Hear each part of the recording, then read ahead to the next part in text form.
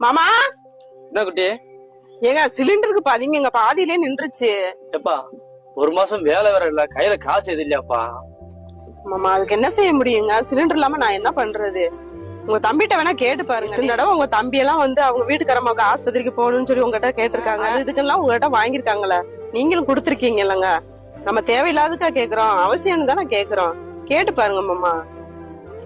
அவன் கேட்ட தரமாட்டான்ல. ஏங்க நேத்து தாங்க சம்பளம் வாங்கிட்டு வந்தாங்க. இப்ப 2 பேரும் வெளியில தான் போயிருக்காங்க. நீங்க ஒரு வார்த்தை போன் போட்டு தான் கேட்டு பாருங்களேன். சொன்னா கேட்க மாட்டான். ஹலோ என்னன்னு தம்பி, ஒரு 6 ஒரு அர்ஜென்டா கொடுப்பா, சிலிண்டர் காலியா போச்சு தம்பி. என்கிட்ட காசு இல்லன்னு போன வைனே. என்ன வாங்க? நான் தான் சொன்னில புள்ள, அவன் காசு இல்லைன்னு போன கட் பண்ணிட்டான்.